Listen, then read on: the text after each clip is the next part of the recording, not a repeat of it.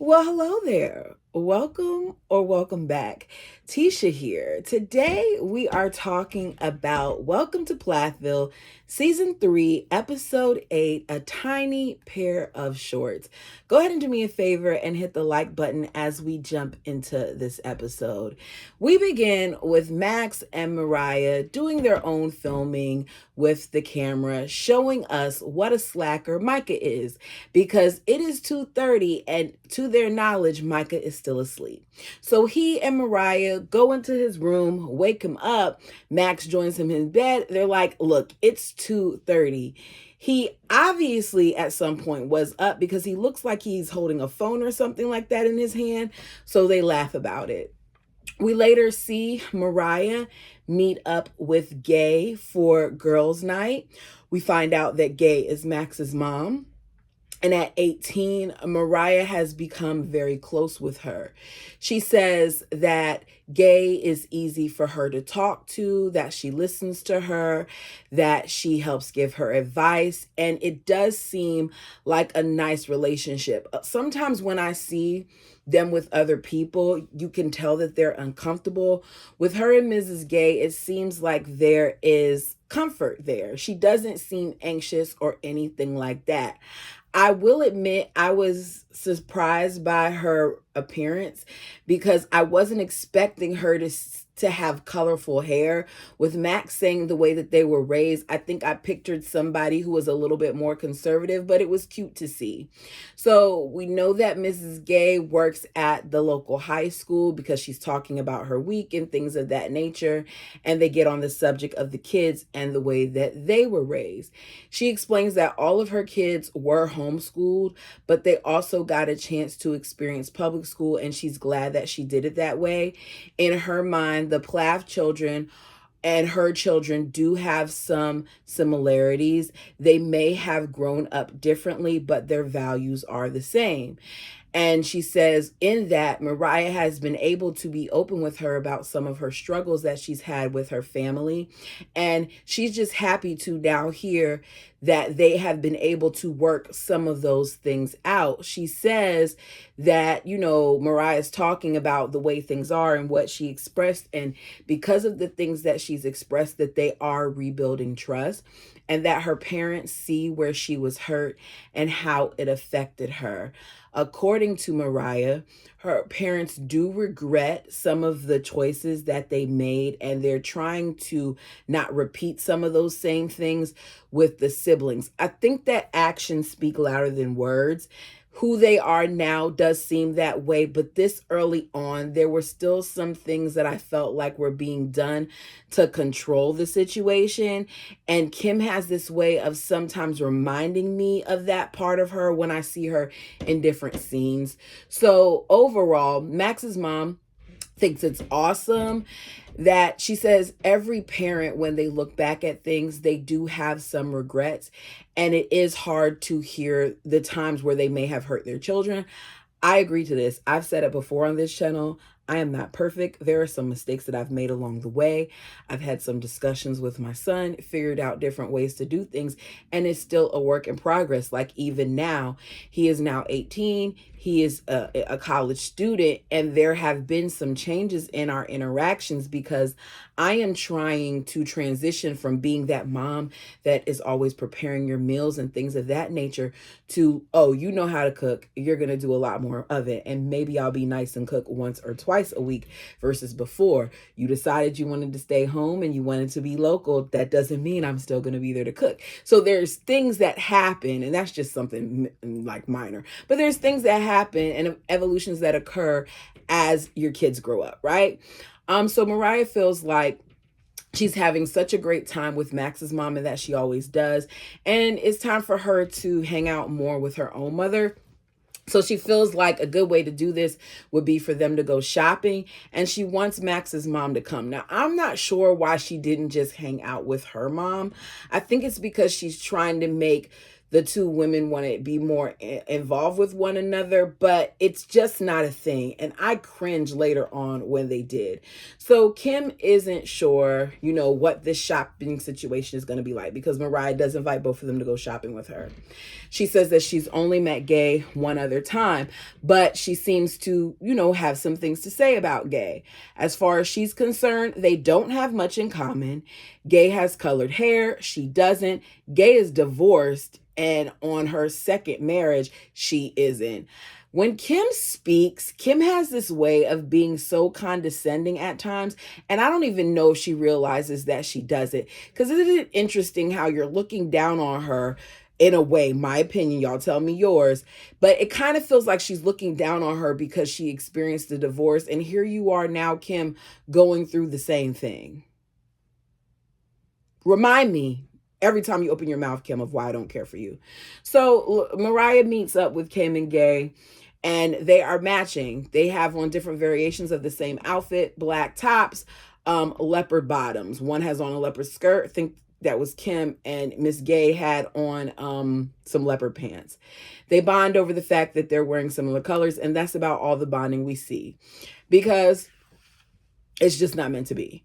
So Kim talks about how she's still not really feeling Mariah's choices, but she gets now that it's Mariah's life and that Mariah's an adult. She feels like this time around that she's going to approach it differently, and that 2 years ago, it wouldn't be like this. We get flashbacks to that and how Mariah was shutting everything down, whereas now Kim is able to make a bunch of suggestions, and Mariah is actually liking some of the ones that she's making and inquiring about her opinion. That to her is awesome. Kim's feel like the walls are coming down, and she gets choked up as she tells us how priceless it is. As they're sitting down, Mariah is trying on different outfits. It's awkward because the two aren't really having conversation. They're barely talking, and Mariah's taking forever to change. She's not even speaking to them while she's in the fitting room. Mariah feels bad because she's listening to her mom being more accepting, and she hears her mother ask Gay a question about whether or not, when she's able to have a gig, if Miss Gay will go. Miss Gay's like, sure, I would go. And she's like, she doesn't even know that I have a gig. I haven't even told her because I can't invite her. Mariah ends up picking out 3 things, and that's the end of the shopping trip. So we go from that to Olivia. Y'all may not like what I have to say about this Olivia this episode, but she got on my nerves. Olivia is all somber, right? Because Ethan, in my opinion, has given her a taste of her own medicine, right? Olivia constantly contradicts herself, because one minute she says one thing, like she wants Ethan to stand up for himself, and then another she complains that he doesn't. But we're going to talk about it. So Ethan finally has come back from his mysterious road trip where he was gone for 10 whole days, and he didn't let anyone know. In case you forgot, his marriage has been on the rocks for not 1, but 2 seasons now. First, she left him, and then he left a note on their door to let her know that he was leaving too. He says he didn't know what to do. He felt like if he didn't go, he was going to lose his mind. So literally at 4 something in the morning, he hit the road. He says the getaway was designed to give him time to help him think things through without the distractions of things like life and work. And I'm going to add her. She is nervous, she says, because he might not want to make it work.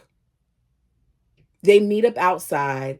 He walks out of his car. He's calm, cool, and collective. But Olivia, you can see in her face, she's nervous. She doesn't know what she's going to say. She's drinking coffee. It's like this much left, and she offers him some. This coffee that's over halfway gone. I don't understand why you didn't just grab 2 if you know that he likes coffee. I think that that's something that I would do, especially since you claim to want to make this work. So Ethan tells her he's sorry that he left her hanging, that he wants his family, that he wants family with someone who truly loves him. He asked himself if he can accept her for who she is and who she was and who she may become. and if he would want a family or something like that with anyone else. It's this dramatic pause. The answer is no. She says she is relieved, but in my opinion, her face doesn't show that. To me, she should be happier because you're getting what you want. She's like, well, what's the next steps? He's like, the plan is to sell the house and to go to counseling so that, we can work through things. He claims that it isn't for her. He also wants to do this for himself.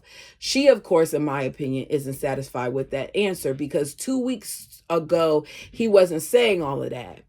My point is, he's saying it now, Olivia. Jeez Louise, like, what else do you want from the man? It's like she's never satisfied. So he said he did feel that way. He just was too angry, frustrated, stubborn, whatever, to admit it. She claims she loves him a lot, but she doesn't see them getting back together anytime soon. Olivia plays games. You acted like you were so scared to see what he would say just to then turn around and say, oh, yeah, you want to work things out, but guess what? I'm not going to move in. I just want us to be friends first. I'm not saying I'm leaving you. I'm not saying we're getting a divorce. But what I'm saying is we need to be friends first, and maybe we could see each other here and there. She feels like space right now is what's best because she wants him to formulate his own opinion. She, in my opinion, had to take the power back from him. This isn't about friendship to me. This is about Olivia kind of being the victim. I'm not saying that Ethan hasn't done things because I think that he has. But at this point in the situation, they've both done things. Olivia likes to be in control. She even says it. Her making all those crying sounds, it got on my nerves because I just feel like it's kind of giving off a little bit of Kim manipulation there. And I could be wrong. It's just the way I feel in the scene. So she wants him to be with her only if he takes her for who she is and he approaches life and he's okay with her approaching life the way that she does, like how she questions things and how she approaches things and change. Ethan feels like they should still have some type of connection, but she's wanting to start off as friends. He says that the money, the cars, and the home doesn't matter to him as much as the relationship. So now his plan is to sell off some of his cars and his home and focus more on her. Once again, it's everything that she wanted. This was what she wanted, but she's not satisfied. I don't think Olivia was ever going to be satisfied. I think Olivia had outgrown him and she just didn't want to just say that and leave it at that. So she says the goal is for them to have a productive conversations here and there and spend time together. So she wants them to compare schedules, maybe meet up at Mariah and Micah's house. Why? Don't include them in on your mess. If you're going to meet up somewhere, go meet up and have a date somewhere where it's pandemic approved. They hug because he had to ask for it. Olivia admits that she controls things and she often likes to get her way and she wants someone that will challenge her. Well, when he was challenging her, she didn't like it. So I'm confused on that. So Micah gets a ride from Mariah to Atlanta for a meeting with his modeling agency because his license is still suspended. He finds out that the biggest male agency, I believe it's in London, is interested in him. He's excited and can't wait to see what's next. So she has the images open on the computer showing him what his book looks like. She tells him, like, look, you look great. Your pictures look great. Your body is great. This is what they look at. But your communication basically sucks. You're not responding to emails or calls like you should. She tells us we'll text him and it goes from a couple of hours to a couple of days before we hear from him. And that's not what this is about. His agent lets him know basically like, look, if you're serious about this, you've got to put in the work to do this.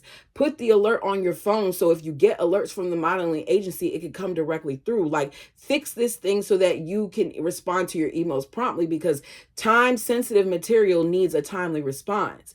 It's one of those conversations where you can tell that he thought he was good to go and she kind of popped his bubble, letting him know like, this is about more than just you looking good. Like, you have to put in the work and show up. we once again are told about how this family struggles with basic communication. It seems like it's a theme for every last one of them.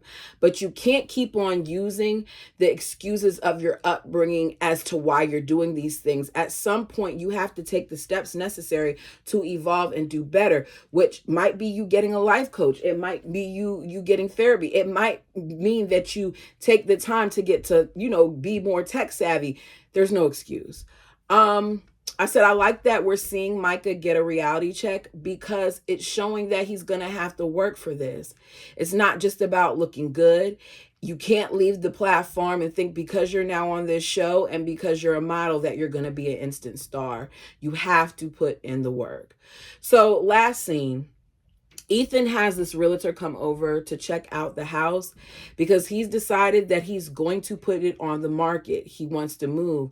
He says, regardless if he and Olivia work things out, if they're together or not, that he is going to move somewhere else. He wants out of Cairo. She's asking all of these things about the home because, of course, there's a picture of them. And she's like, you guys look so young. It was on their honeymoon. That was like 2 years ago. Did they really look that young? I'm just saying. You guys look so young. And oh, look at that piano. He's like, yeah, I bought that for her when she moved out here because I didn't want her to just play on something raggedy. I wanted her to have something nice. And it's just all these various things, the back of the porch, how they built that together. And she's like, okay, it's constant thing after thing, reminding him of, what was.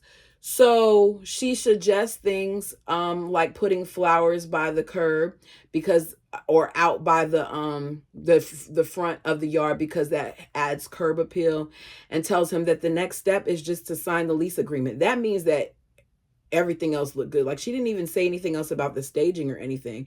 Maybe Olivia packing up things that already had kind of helped with some of the stuff. I don't know. We get flashbacks of the good memories. And he says like when she said that, he just thought about that and he's going to miss it. He thinks there's hope for he and Olivia, but only time will tell. And that's the end. These reviews for this season are getting shorter and shorter, but I'm just giving you what I got because there's nothing else to talk about. If there's something that I missed that you want to talk about, feel free to put it down below. Like the channel Well, you could do that too. Like the video as it helps the channel. If you haven't subscribed already, please do so. We're on the road to 3,000 and I hope to get there sooner than later. Until next time.